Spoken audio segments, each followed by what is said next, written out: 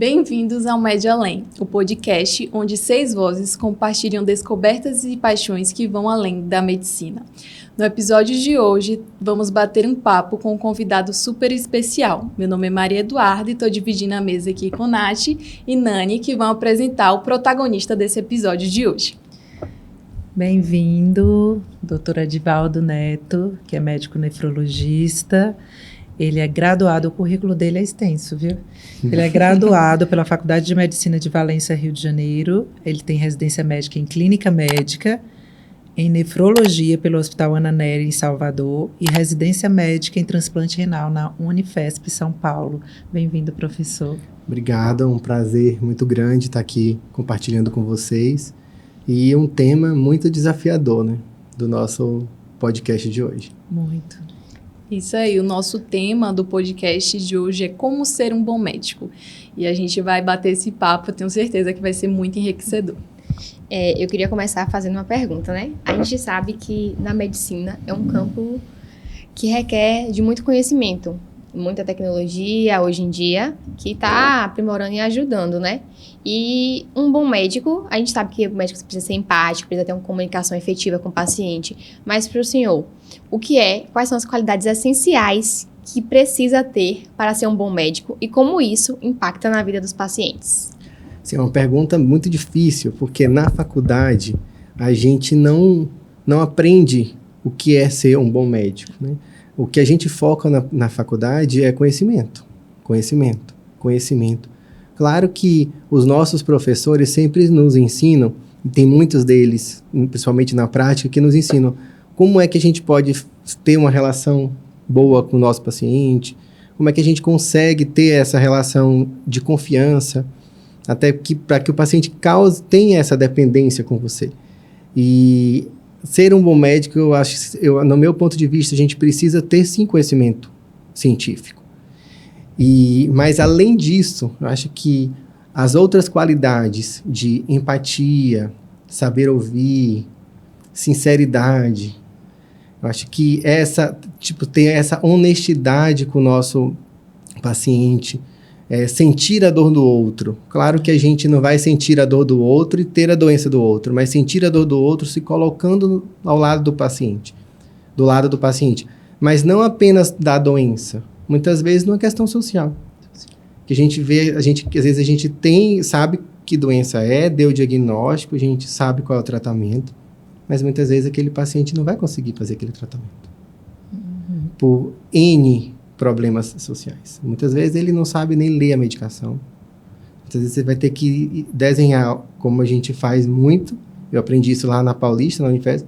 Um solzinho e uma lua e um prato de arroz com feijão e carne na hora do almoço. Nossa. Então você coloca, aí você cola a fotinha do tacrolimus de manhã, do tacrolimus de noite, e quantas fotinhas forem são quantos comprimidos ele vai tomar.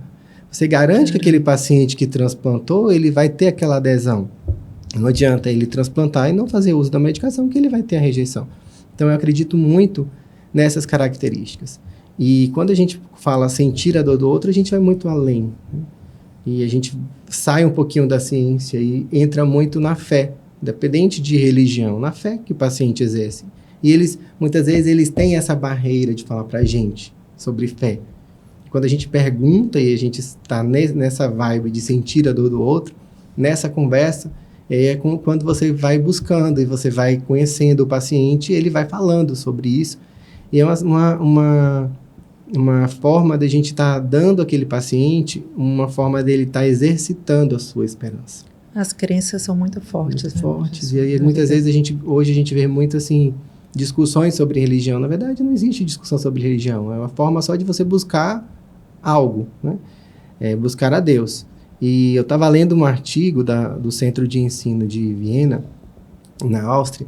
Falei, eu vou buscar a última revisão que tem, em 2017. Essa revisão. 20 artigos, ele revisou, mostrando como é ser um bom médico, quais as habilidades que ele precisa. Ele colocou várias habilidades lá, habilidade de comunicação, habilidade técnica e científica, gestão, ensino. E aí, engraçado que desses artigos, uns artigos perguntavam ao paciente o que é ser bom médico. Outros artigos perguntavam aos próprios médicos o que é ser bom médico. Outros artigos perguntavam aos alunos o que é ser bom médico.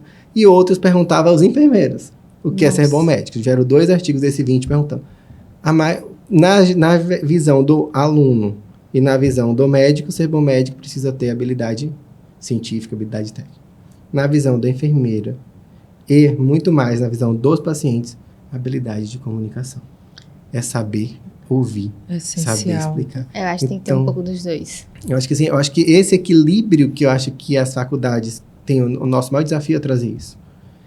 A técnica é importantíssima, o saber científico é importantíssimo, a educação continuada ela é importantíssima, mas essa habilidade de comunicação, às vezes, quantos alunos falam, professor, eu sou travado. Muito. Eu falei, gente, destrava. Parafuso, bota lá um WDzinho, vai destravar. Mas como é que a gente destrava? Na prática. Então, a gente precisa praticar. Às vezes, a gente precisa utilizar o serviço de psicologia.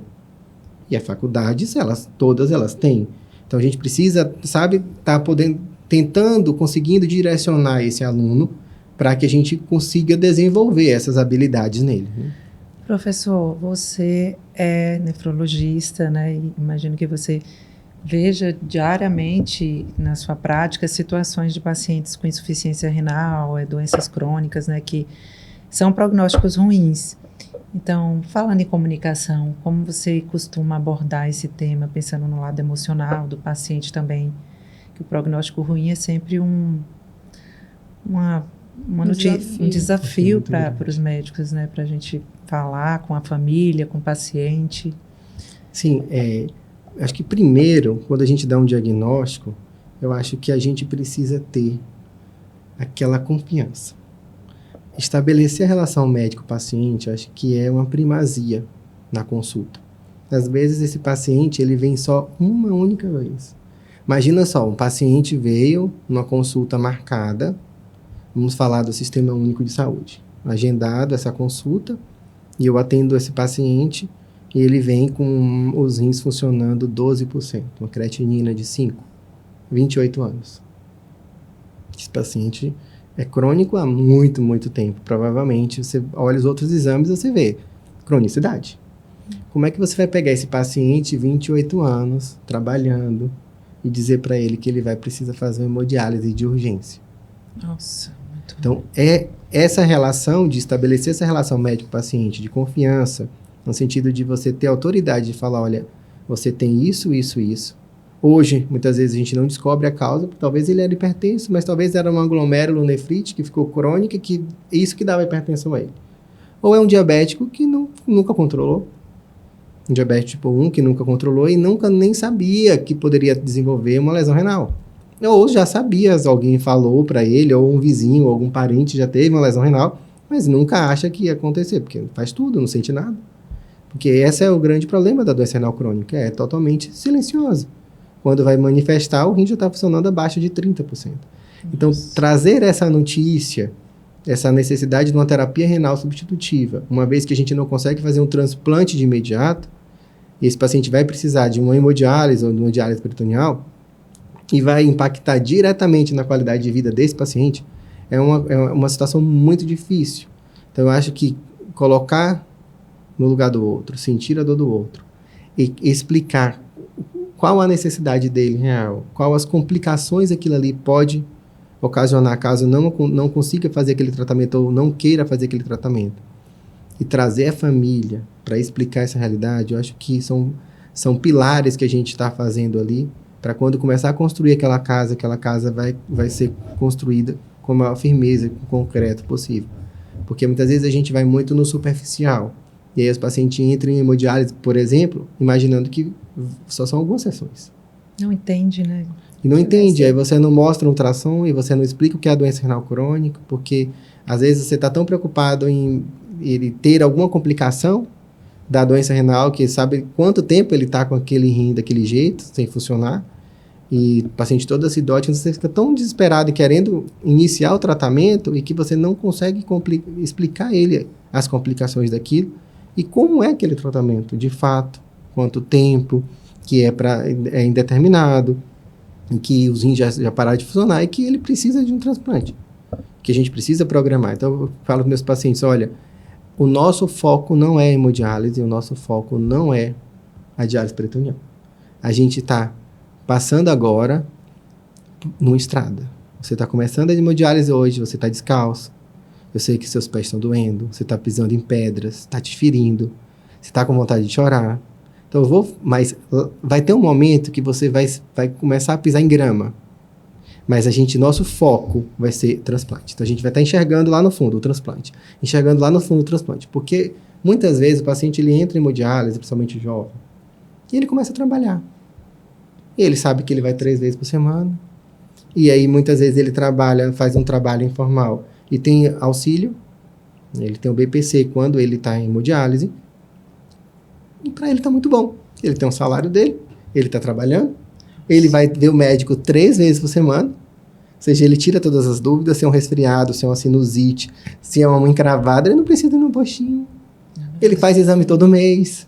Então, muitas vezes, o paciente ele se sente tão confortável no tratamento, na terapia renal substitutiva, principalmente os jovens, que são ativos, que eles às vezes falam, não vou transplantar. Por quê? Porque de 20, 30, 40 transplantes que acontecem, ele vê um que teve uma complicação, e que rejeitou, que teve que tirar. Então, eles focam sempre no insucesso, e não no sucesso. E aí, assim, uma das coisas que a gente faz é, quem transplantou, pega uma vez no ano, chama os pacientes que transplantaram, que era lá da clínica, os que estão inscritos na fila de transplante, os que querem transplantar, e bota todo mundo lá, e bota para os transplantados falar como tá. Olha, antes eu não podia beber água, hoje eu bebo água. Antes eu não podia viajar para tal lugar, porque não tinha clínica hemodiálise perto, agora já posso. Antes eu não podia comer isso, já como. Olha como eu tô, hoje eu faço isso, eu já faço aquilo. Para mostrar a realidade de quem transplantou para esses pacientes, principalmente os jovens. Os idosos com limitações, até muitas vezes não têm nem condições de transplantar. Então, acho que esse é o principal objetivo. A gente passar da melhor forma possível, mostrando a realidade, de fato, falar o que está acontecendo com o paciente. Acho que a clareza, a sinceridade, falar a verdade do que é a doença renal crônica, o que ela pode dar. Acho que quando você fala a verdade, o paciente confia, né?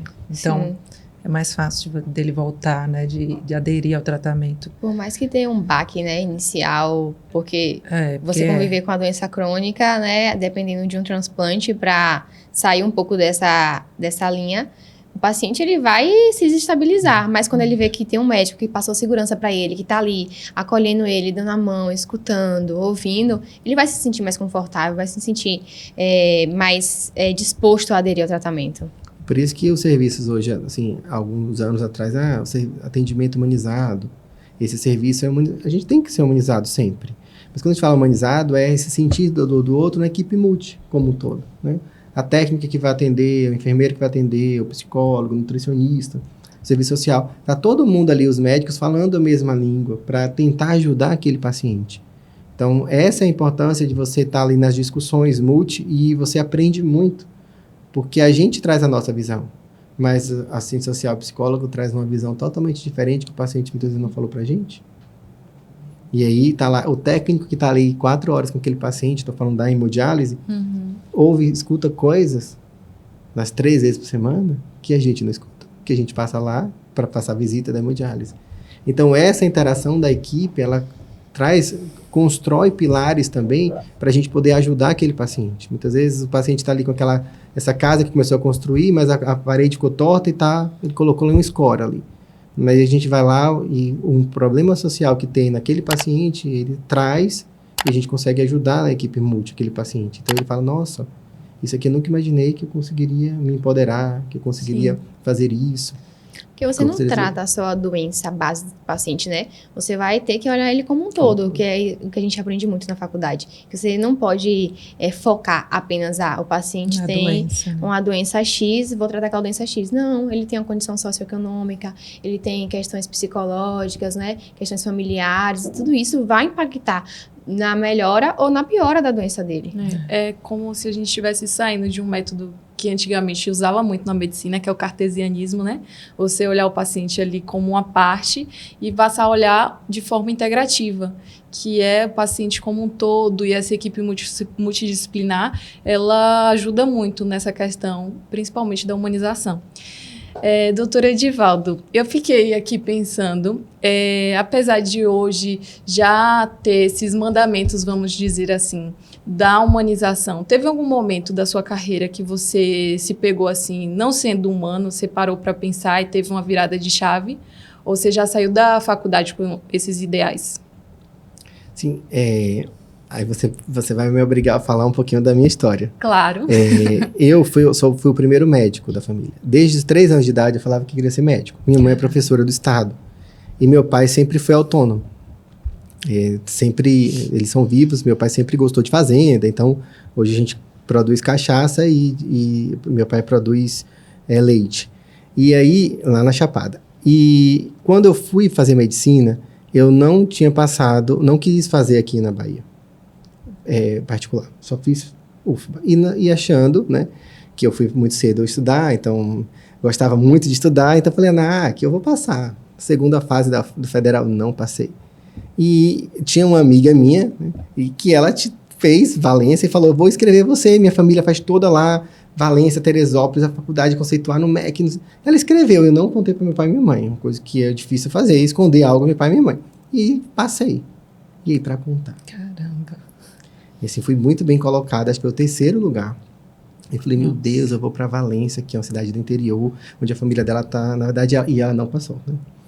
E aí, ela não passou, e eu falei, e agora? Eu contei ao meu pai, ele falou, você quer ir? Eu tinha 17 anos. Você quer ir? Novo. Você vai com 17 anos para o interior do Rio de Janeiro. Eu falei, eu quero. Sabe como você... Assim, e aí, quando eu fui, aquilo ali foi uma experiência para mim muito forte, porque eu morava só, longe, e eu sofri bastante nos primeiros 6 meses, mas depois eu tive que me adaptar. E minha avó, ela sempre teve muita sabedoria, então ela sempre falava assim, quando eu falava com ela, ela falava, meu filho, quando você vai tratar alguém, se for velho, ela falava assim, se for velho, pense que seja seu avô e sua avó. Se for mais ou menos novo, pense que seja seu pai e sua mãe. Mas se for mais novo que você, é seu irmão. Sempre trate assim. Então aquilo ali, sabe como vai ficando? Vai ficando. Minha avó viu formar, eu sou o neto mais velho, então ela me viu formar e ela faleceu, tem 8 anos. E acabou que, sabe quando ficou essa marca? Eu falei assim, e eu não consegui não ser humano. Claro que tem momentos, a gente como médico, que a gente precisa passar a realidade para o paciente. Tem um paciente mesmo que negava diálise. Negava diálise, e assim, ela não negava 100% da diálise. Ela ia quando ela queria, ela passava muito mal. O outro também, um paciente jovem que não queria tomar os imunossupressores do transplante, de 2 rejeições. Então você chega, coloca na parede. Aí às vezes você tem que ser um pouco mais ríspido. Você tem que dizer, olha, isso aqui assim, você não quer, para de tomar o remédio. Volta para a sua hemodiálise. Mas não adianta você vir toda vez complicado, com rejeição, para a gente ter que te internar, fazer biópsia, fazer uma loucura aqui, para você não perder. A gente está preocupado com o seu rim, você não está nem aí com o seu rim. Então, às vezes, você coloca o paciente na parede. Uma situação, uma paciente, ela gritou muito comigo. E assim, mas sabe quando ela grita? Ela gritou, porque ela não queria fazer hemodiálise. E já há anos de hemodiálise. Sabe quando você sai, você fala assim, não, eu acho que eu vou sair, o Edivaldo não vai ser mais Edivaldo. Perder e agora é vou... Mas aí, sabe, quanto mais ela gritava, na hora que eu ia levantar a voz, deu um grito assim no nome dela, depois eu falei, não posso fazer isso. Aí eu falei bem baixinho, a partir de hoje, você não é mais a minha paciente. Ponto final. E dei as costas. Falei pra enfermeira, olha, não sou mais médico dela. Tinha outros médicos, não abandono, tinha outros colegas nefrologistas e eles assumiram o caso. Falei, olha, a partir de hoje eu não assumo o caso dela. Eu tive que voltar a ser médico dela. Porque ela entrou numa depressão. Ficou tão triste. Foi pro psiquiatra, começou a tratar. E aí parou de comer, perdeu muito, muito peso, desnutriu literalmente. Por conta dessa situação? E eu tive que voltar a ser médico dela. Eu aceitei. Falei, olha, não precisa pedir desculpas, que eu sei que você errou. Não precisa, porque não quero. E eu vou aceitar com uma condição, que você siga o seu tratamento. Não quero nada pra mim, quero pra você. Então, é difícil a gente, sabe assim, a palavra não ser humano é muito difícil. Às vezes a gente precisa falar a realidade. E eu falo a realidade. Principalmente para a família. Porque muitas vezes a gente sabe que uma doença crônica, seja ela qual for, muitas doenças crônicas, elas vão ser crônicas para sempre. Para sempre. E a família adoece junto. A família núcleo, ela adoece junto. O paciente vai 3 vezes para hemodiálise, muda a Com alimentação, certeza. medicação, tem que viajar 3 vezes. Rotina. Com o estilo de vida. Adoece junto, não tem para onde correr. Então, só que aquela outra família que não é o núcleo, mais distante, ou um filho que mora longe, que não está muito ali, chega e botando dedos, entre aspas. Sem entender o contexto do que está acontecendo. Né? Então, às vezes, você precisa chegar, olha, isso, você não vem aqui. Isso aqui é isso. Eu entendo que você não mora na cidade, que você não vem aqui por isso. Mas, assim, não precisa você chegar assim e falar isso. Né? Às vezes, até critica o próprio paciente, no sentido de querer. Mas não é, cada um é um. Ah, porque fulano, não. O nosso paciente, ele é único. Então, a gente precisa muito ter esse foco no paciente, né? Voltado para a doença. Mas não ser humano, acho que eu não tive uma situação de não ser humano. Humano mesmo no sentido da palavra. Eu acho que eu consegui até hoje. Eu Manter o acho equilíbrio. que uma coisa que você passa desde o início, desde quando a gente te conheceu, né, que foi na faculdade, na disciplina de hematologia, e você mesmo ali apertando a gente, né, falando a realidade, realmente você falava sobre a medicina, falava sobre o quanto a gente precisava se dedicar àquilo, né, que a gente propôs a fazer, e a importância, né, futuramente. Então, isso, a gente criou uma admiração muito grande por você, pela essa empatia que você tinha por todos os alunos. Então, a gente tem um carinho muito grande. E Obrigado. ser professor não é só conhecimento que você passa, né? Não é só ali a disciplina que você... Mas é sobre o seu jeito de ser. Às vezes, um exemplo que você dá no seu dia a dia médico, a gente pensa, olha, nossa, eu quero fazer que nem ele, eu quero ser que nem ele. Que bacana e tal. Então, você ensina além de uma disciplina, né? E assim como vocês vão ter vários exemplos durante a carreira, não só na faculdade, na formação depois da faculdade, eu também tive. Então, assim, e olha que eu fiz faculdade de 2002 a 2007. E eu tinha um professor de anatomia, o professor Domênico, era um italiano. Ele já era bem velhinho, ele tinha 80 e poucos anos e dava aula pra gente. Era um prazer para que dava aula. E ele ensinava tantas coisas pra gente, assim, no jeito de cuidar, no jeito de lidar. Ele não tinha filhos, mas ele tratava a família dele como se tivesse 10 filhos. Nossa. Então, se você vê o carinho que ele tratava a esposa, o carinho que ele tratava a gente, ele fazia pizza pra gente ir pra fazenda dele. Sabe? Ele veio pro Brasil lá atrás e ele teve uma herança muito grande lá da Itália, dos parentes dele. Então, assim, e ele não conseguiu ter filho porque ele se dedicou muito à medicina. E depois descobriu uma doença na esposa dele. Então, o Domênico, logo no primeiro ano de faculdade, para mim, foi uma referência muito forte. Para mim e para muitos da minha turma. E a gente, com o tempo, a gente vai vendo. E também tem aqueles professores meus. Olha, eu sei que eu não quero ser igual ao fulano. Tem. Eu não quero ser igual ao Beltrano. Eu não quero... Por quê? Porque a gente precisa filtrar. Na faculdade, eu falo, olha, eu sei que eu não quero ser cirurgião. Eu amo passar catéter. Eu amo procedimento cirúrgico. Tem COF, biópsia de enxerto. Amo. E faço assim, graças a Deus, com muita maestria. Passar um catéter para mim, gente, é uma coisa, sabe? Ainda mais agora com ultrassom. Mas eu não queria aquele ambiente do centro cirúrgico de ficar fechado. Eu gosto do contato com o paciente, contato com a família. Então, com o tempo, a gente vai adquirindo e vendo, assim, olha, esse é um exemplo que eu quero seguir.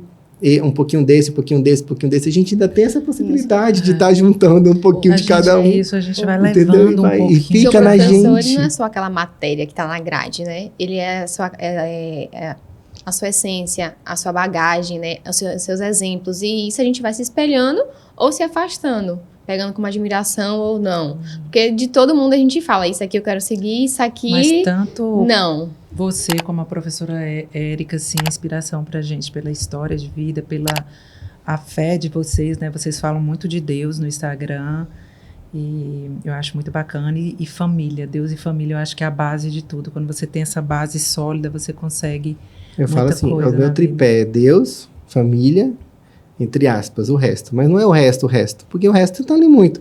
Eu amo a minha profissão. Eu falo assim, Senhor, não me dê uma amnésia para eu esquecer, porque eu não sei ser mais nada. Eu acho que eu sou imprestável se eu não for mais médico. Porque eu não sei fazer mais nada que não seja da medicina. Então, às vezes eu fico brincando nas minhas conversas com Deus. E não é porque eu amo a medicina, faço assim com muito amor e carinho, que eu que eu coloque ela em terceiro lugar. Mas porque se a gente está com a nossa família, a gente tem tudo. Se a gente está abençoado por Deus, a gente tem tudo com a nossa família. Então, assim, eu acho que sem Deus e família, a gente Você não é não consegue nada. atuar. E também são pilares que lhe estabilizam para você ter uma boa atuação como médico, né? Então, se Imagina. você tem uma boa relação com sua família, uma boa relação espiritual, seja lá com Deus, com alguma outra crença que você tenha, né? Aquilo ali é um ponto-chave para você conseguir guiar bem seus pacientes, para você estar mais estável. E nós tivemos várias experiências, assim, importantes, né, na nossa família, em relação a Deus mesmo, assim, milagre mesmo, as nossas meninas, né, a Érica, que não podia ter filhos e foi natural, um câncer que eu tive de tireoide, que estava um grau mais avançado e a cirurgia foi curativa. Então, a gente tem algumas experiências. Então, assim, eu acho que fé e ciência, eu acho que não tem que ser desrespeitada. Acho que na fé e ciência você tem que ter muito respeito para fé e ciência, tem que ter muita sinceridade. Então, quando a gente trata a ciência sem sinceridade, honestidade e a fé também, é o que a gente vê às vezes, né?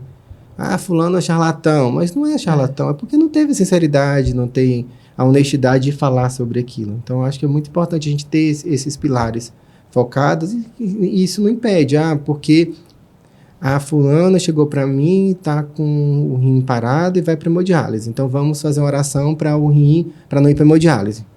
Não é isso. Então, isso não é fé. Claro que ela vai, a fé dela, ela vai. Se Deus quiser, ele cura, dá.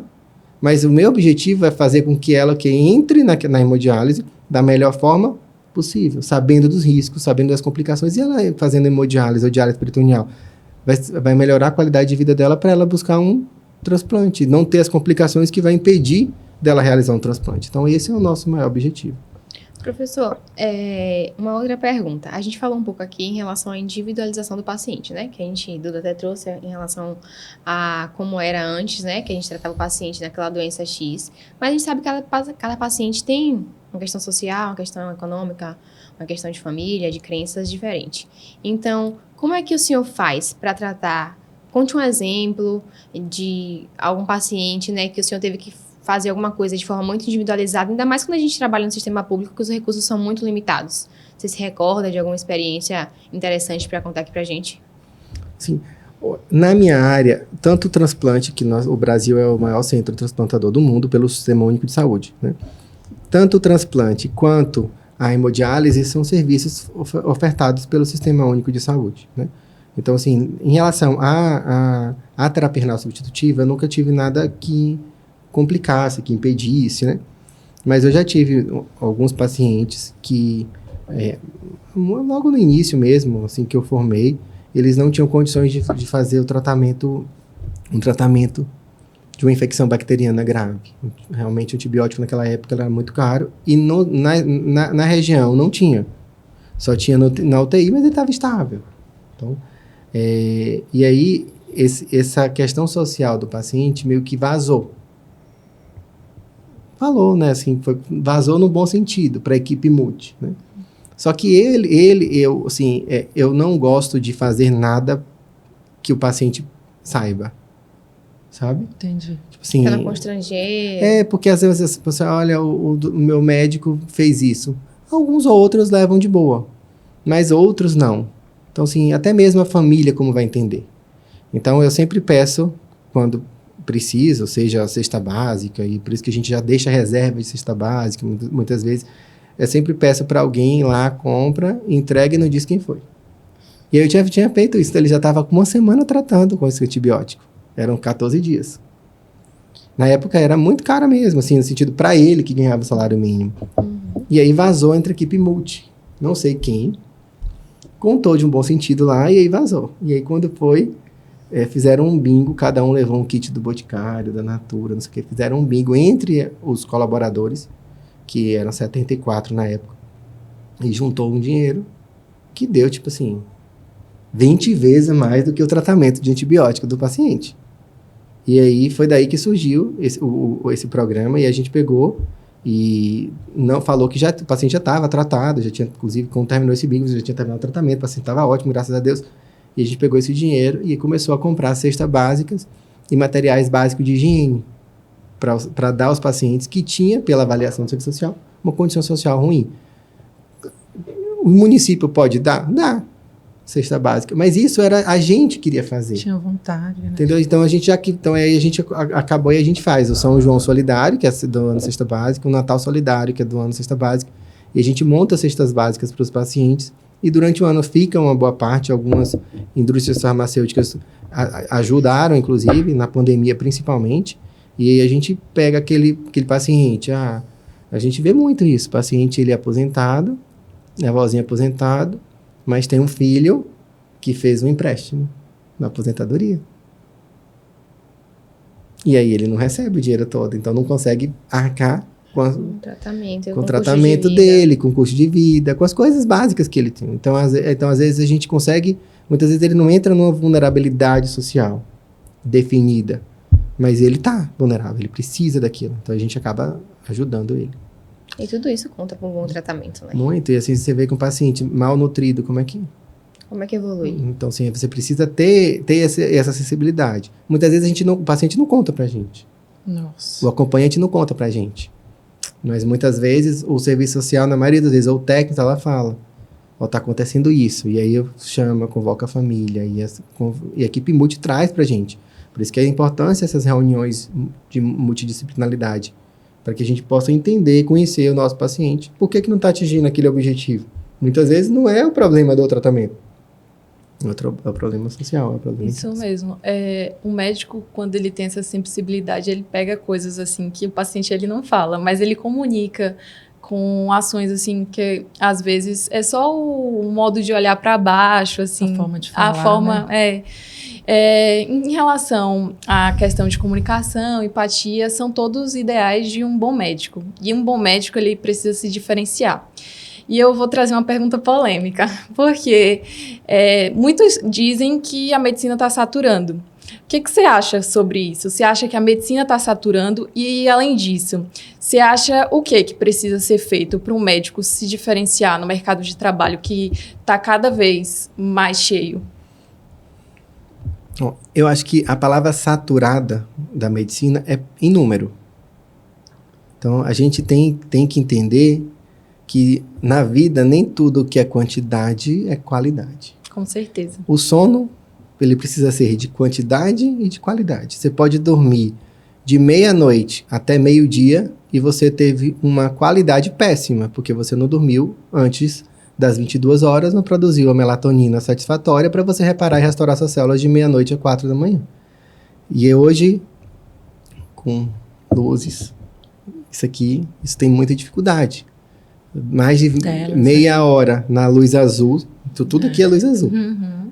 A gente inibe 90% da nossa melatonina por 1 hora. Então, imagina só, quanto é importante da higiene do sono. Isso é qualidade. Mesma coisa a medicina. A gente tem muitos médicos formando. A gente teve um período que a gente tinha um número de médicos muito pequeno. Eu não vou falar que os médicos eles eram empoderados. Eu não estou aqui para criticar. Tenho vários colegas que formaram na Bahia. E a minha experiência de ter formado no Sudeste, eu fui visto de forma diferente. Porque lá a gente tinha muitos. Lá todo mundo era igual. A diferença era em quem se destacava, em quem estudava mais, quem buscava mais. Então, aqui, na mesma época que eu estava fazendo faculdade no Sudeste, e os meus meus amigos estavam fazendo faculdade aqui no Nordeste, eles eram mais empoderados, entre aspas, pela sociedade. Por quê? Porque aqui tinha menos. Então, hoje o que a gente está vivendo aqui é o que o Sudeste já viveu. E que, claro, que lá aumenta. Mas eu acho que a medicina, o que vai manter o vínculo do paciente com o médico, a busca do paciente ao médico, ao profissional, independente de que área ele seja, primeiro, para meu ponto de vista, vai ser ciência. Sua habilidade científica e técnica. E, empatado com isso, sua habilidade de comunicação, juntamente com a sua sensibilidade em reconhecer o emocional, o espiritual e o social. Perfeito. Porque eu acho que se a gente vai buscar só comunicação e técnica, sem buscar o social, o emocional e o espiritual, a gente não consegue olhar o paciente como um todo. A gente tem que olhar o paciente todos nesses pilares. Porque senão a gente vai perder a nossa essência. Muitas vezes a gente vai passar uma medicação, mas o paciente não tem o que comer em casa. Está desnutrido, não vai absorver. Muitas vezes você passa uma medicação oral, um tratamento importantíssimo, e o paciente está todo inflamado, está com desbiose intestinal. Então, a gente precisa hoje entender o paciente como um todo. E assim, eu sou uma prova viva, um exemplo. Depois do meu câncer de tireoide, eu engordei mais de 35 quilos. Nossa. Eu fiquei totalmente disfuncional. Pensa num ser disfuncional. Edivaldo. E aí eu falei, não, eu preciso virar a chave. E aí foi quando eu pedi ajuda de um amigão meu. Ele é nefro, professor da UFPE e nutrólogo. Eu falei, olha, você vai me ajudar. E aí foi quando eu passei a olhar essa medicina integrativa com outros olhos. E aí como se fosse coisa de outro mundo. Não, gente, medicina integrativa é olhar o paciente como um ser humano. Perfeito. E poder empoderar ele do que ele precisa ser empoderado. Então, ao invés de a gente olhar só sinais, sintomas, doença é igual tratamento. Não, a gente vai olhar as outras áreas. E vai agir nas outras áreas. Mas na medicina integrativa, a gente precisa muito ajudar o paciente a ter uma gestão social. Todo médico tem que ter um pouco da medicina integrativa, Tem né? que ter. Então, assim, eu não sou médico integrativo. Eu pratico nefrologia baseado Na medicina. integrativo. Então, nefrologia integrativa, não existe isso. Pelos conselhos, não existe nefrologia integrativa. Mas a minha consulta é, no mínimo, 1 hora. E com certeza isso é um diferencial, porque a gente pensa muito assim, como é que vai ser a medicina daqui a alguns anos, quando a tecnologia ela está tomando conta de tudo, mas quando a gente tem esse olhar integrativo, humanizado, você vai ter um diferencial. Então, o médico, ele nunca vai ser substituído por uma máquina quando o médico, ele tem esse olhar de integração, de olhar o paciente como um todo e de ter esses pilares que você citou. Eu fui pela segunda vez convidado para ir na Coreia do Sul.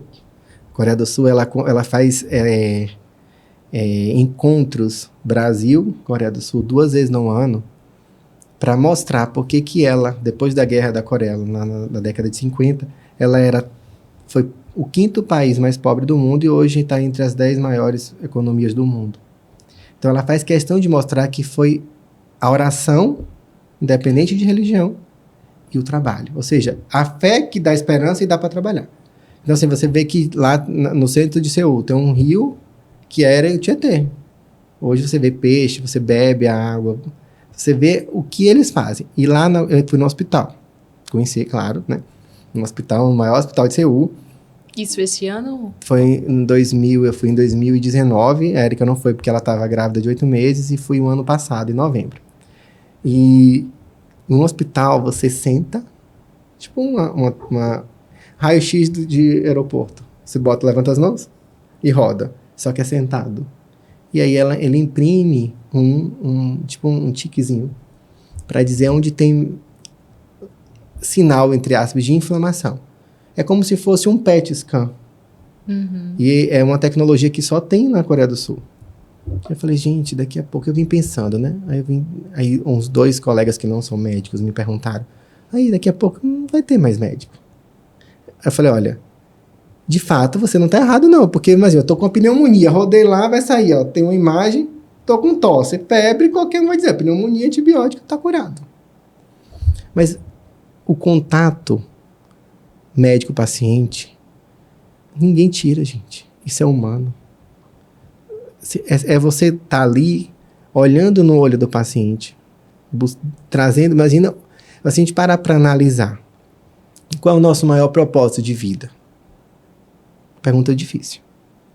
Qual é o nosso maior propósito de vida hoje? Então, assim, eu tenho uns 2 meses refletindo sobre essa pergunta. Assim, eu sei qual é o meu maior propósito de vida, mas assim, tem coisas que você achava que era e que de verdade não é. Quando alguém vai doente pra gente, o que ele espera? Se curar. O que faz uma pessoa, né, doente entregar a vida pra gente? Literalmente ele está entregando mesmo. E quando a gente vai lá atrás, que a doença era uma maldição. A doença era um Deus que... Aí veio Hipócrates 400 anos antes de Cristo e fala, não tem nada de maldição.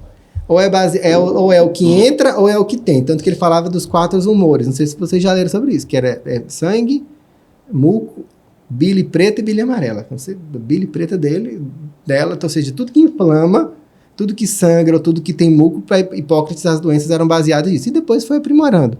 Então, hoje você chega um paciente, você vai dar um diagnóstico, você trata aquele paciente, porque muitas vezes a doença, ela não é aquela doença física.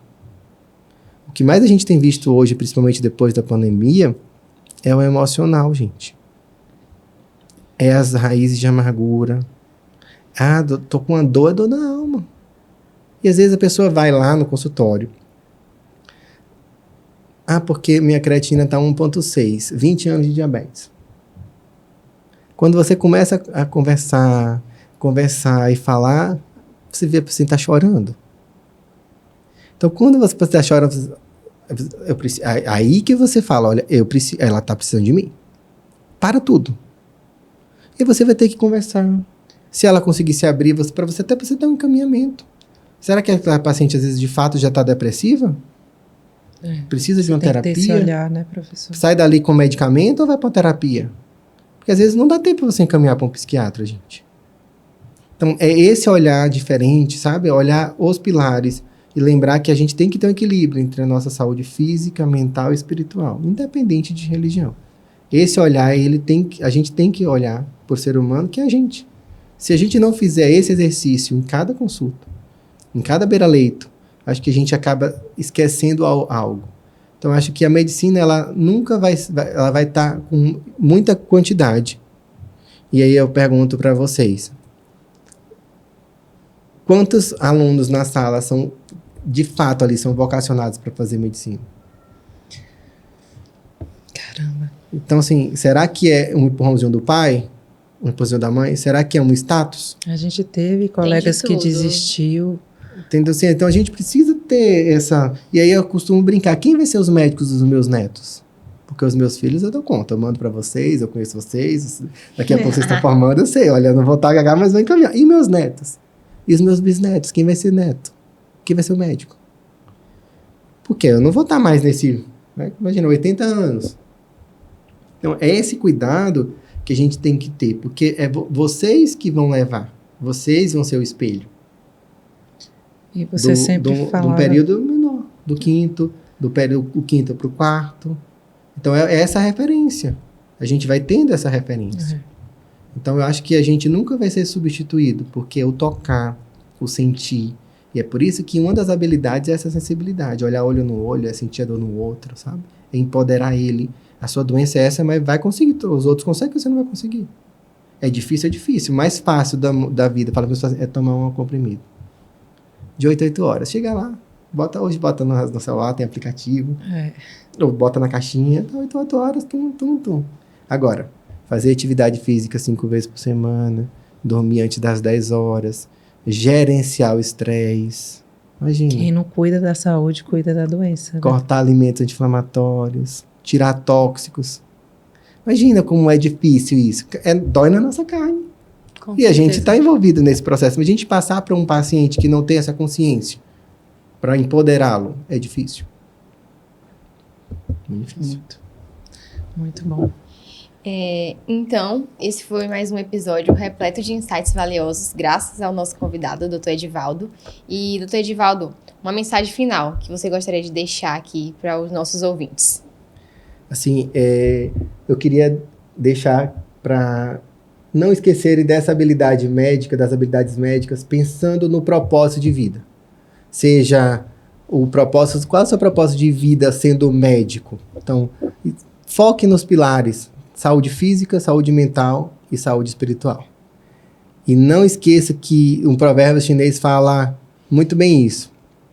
Um homem, que move montanhas, ele começa sempre carregando as pedras pequenas. Então, muitas vezes a gente tem essa dificuldade de começar ou querer fazer o todo de um dia para o outro. Comece sempre com as pedras pequenas. Em medicina, sempre nunca é mais, sempre é menos. Olhar no olho do paciente, entender a dor do paciente. A habilidade técnica é fundamental e científica, e estudar, porque a educação continuada é quem faz com que a gente nunca deixe de compreender, porque a tecnologia vem, medicamentos vêm, estudos vêm, doenças novas vão sendo aprimorados seus tratamentos, ou até aparecendo. E não, acho que nunca esqueçam, meninas, quando a gente não cura, a gente reabilita. Quando a gente não reabilita, ou a gente não consegue curar, a gente vai na ferida da alma do paciente. Então, a gente sempre vai ter alguma coisa para fazer e para ajudar aquele paciente. Sempre. Perfeito, professor. Muito bom.